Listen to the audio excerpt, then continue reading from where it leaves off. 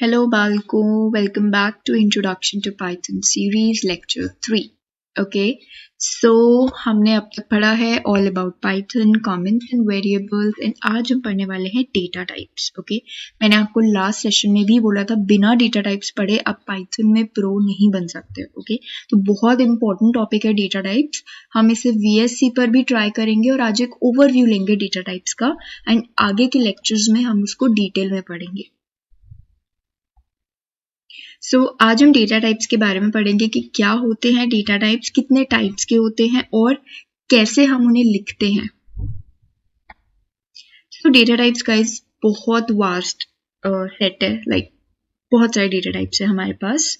जो important data types हैं वो हैं integer, float, complex and then आपका आता है Boolean, string, list, tuple, set and dictionary. Okay, इस तरीके के हमारे डेटा टाइप्स हैं. ये सब नाम आपको पता होने चाहिए.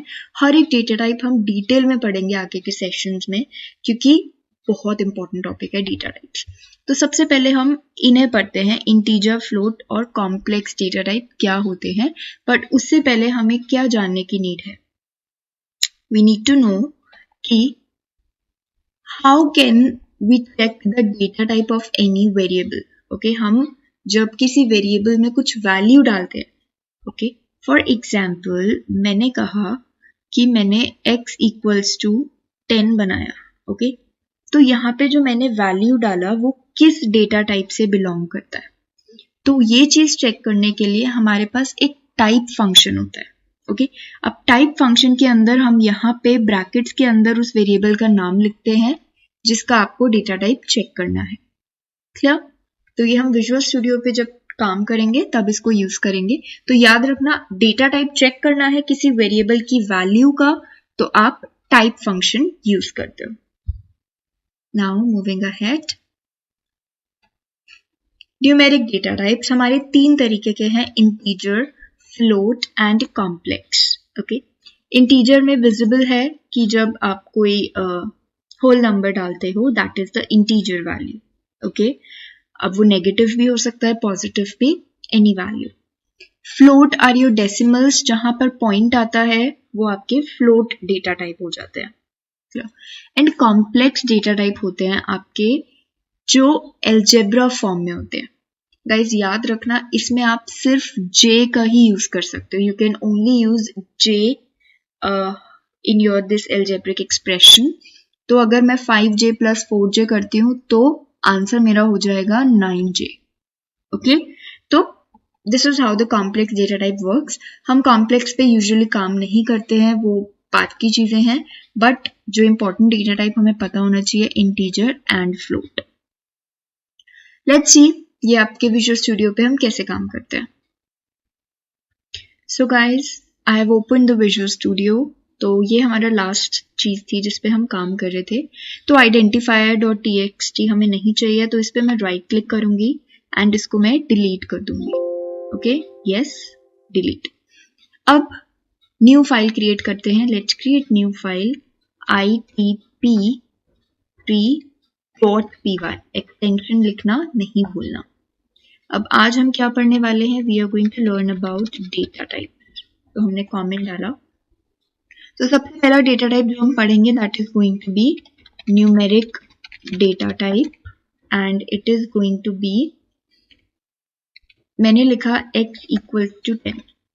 ओके, अब मुझे जानना है कि जो 10 मैंने डाला है वो किस डेटा टाइप का है, which data type it is.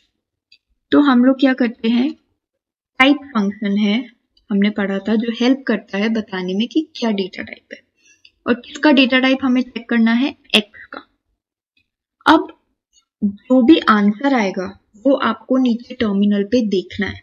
तो उसके लिए हम इसको प्रिंट स्टेटमेंट के अंदर डालेंगे. We will put it inside the print statement. Brackets याद रखने हैं, the yellow brackets are for the print statement and उसके अंदर आपको जो प्रिंट करना है वो. अब let's run the code from this play button. आप जैसे ही रन करोगे नीचे शो करेगा. तो कौन सा डेटा टाइप है, ये इंटीजर डेटा टाइप है x का. ओके, अब ऐसे ही अगर मैं ये कर देती हूँ 10.0, तो let's see You see now the data type is float. Clear? अब मूविंग अहेड, अगला डेटा टाइप है हमारा Boolean data type. Okay, so Boolean is like जब हमें कोई एक कंडीशन या कोई एक वैल्यू का एग्जिस्टेंस चेक करना है वो है या नहीं, तो ट्रू और फॉल्स हमारे पास जब आंसर्स आते हैं या हम स्टोर करते हैं ट्रू और फॉल्स, तो वो बूलियन डेटा टाइप होते हैं. ओके, ट्रू का रिस्पेक्टिव इंटीजर होता है 1 और फॉल्स का रिस्पेक्टिव इंटीजर होता है 0. ओके, 1 और 0 ये चीज हम टाइप कन्वर्जन जब करेंगे तब पढ़ेंगे आगे के लेक्चर्स में, बट अभी याद रखना है आपको Boolean is true and false, and इन ट्रू एंड फॉल्स का T एंड F हमेशा कैपिटल रहेगा. Let's see. सो नाउ मैंने अगर X के अंदर डाला ट्रू, तो लेट्स चेक कि उसका डेटा टाइप क्या है. It's bool. Clear? So that is your Boolean. But यही अगर मैं स्मॉल में कर देती हूँ तो वो एरर शो करेगा. True is not defined. Clear? तो आपको ऐसे काम नहीं करना है, आपको ध्यान रखना है कि ये जो है हमेशा कैपिटल रहेगा. Okay, same works for false. Bool again. अब थर्ड डेटा टाइप है that is your strings. Okay, बहुत इंपॉर्टेंट डेटा टाइप है गाइस स्ट्रिंग. जब भी आप कोई टेक्स्ट लिखना चाहते हो, okay, any sort of text, like let's say मुझे हेलो लिखना है, तो ये टेक्स्ट है, तो जो भी डेटा सिंगल कोट या डबल कोट्स के अंदर आ जाता है वो आपका स्ट्रिंग डेटा टाइप होता है. ओके, और कंप्यूटर उसको एज इट इज प्रिंट कर देता है. क्लियर? सो अगर मैंने लिखा हेलो तो वो हेलो को एज इट इज स्क्रीन पे प्रिंट कर देगा. अगर मैंने लिखा 1 2 3 और कोटेशंस के अंदर है तो ये इंटीजर नहीं, ये क्या डेटा टाइप होगा? स्ट्रिंग. कोई भी चीज जो कोट्स के अंदर आ गई that is string data type, remember. So अगर मैं लिखती हूं हेलो एंड लेट्स चेक, तो you see str that is string data type. यही अगर मैं ऐसे लिखती हूं तो क्या लगता है, बूलियन आएगा या फिर स्ट्रिंग? स्ट्रिंग. कोई भी चीज जो कोट्स के अंदर आ गई है that is going to be your string data type. Okay, और अगर मैं यहाँ कोट्स हटा देती हूँ तो क्या आएगा? बूलियन. क्लियर? तो याद रखना है, अब वो सिंगल कोट हो या डबल कोट हो उससे कुछ मेजर फर्क नहीं पड़ता, क्योंकि वो एक लिटरल है हमारा जो हम आगे पढ़ेंगे. फाइन. अब now we have this another data type that is sequence based. String भी आपका सीक्वेंस बेस्ड ही होता है. So further calling it list and tuple. दो अलग डेटा टाइप है. अब लिस्ट एंड टपल को समझने के लिए हमें थोड़ा सा पीछे जाना पड़ेगा हमारे वेरिएबल के कॉन्सेप्ट पर. ओके, तो वेरिएबल क्या था? जब हम एक वैल्यू स्टोर करते थे, राइट? बट क्या हम एक वेरिएबल में दो वैल्यू स्टोर कर सकते हैं? No, that is not possible. Storing two values inside one variable is not possible. Clear? एक मेमोरी ब्लॉक में एक टाइम पर एक ही वैल्यू आती है, दो वैल्यूज नहीं आ सकती. तो इस चीज को सॉल्व करने के लिए हमारे पास list and tuple data type है. ओके, तो लिस्ट और tuple data types are used to store more than one values in a variable. Okay, they are used to store more than one value in a variable. Okay, so list बनाने के लिए आप square brackets का use करते हो. अब square brackets के अंदर आप कितनी भी वैल्यूज डाल सकते हो. क्लियर? और टपल बनाने के लिए आप सर्कुलर ब्रैकेट्स का यूज करते हो और इनके अंदर आप कितनी भी वैल्यूज डाल सकते हो.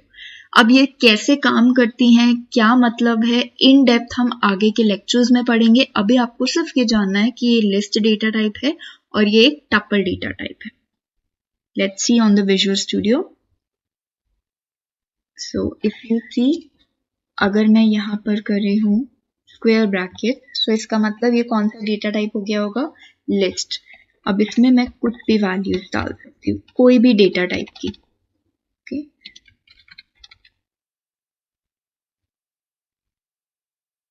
so you see, भले ही मैंने अंदर 3 तरीके के डेटा टाइप की वैल्यूज डाली हैं, बट जो ओवरऑल डेटा टाइप है एक्स का वो क्या है, लिस्ट है.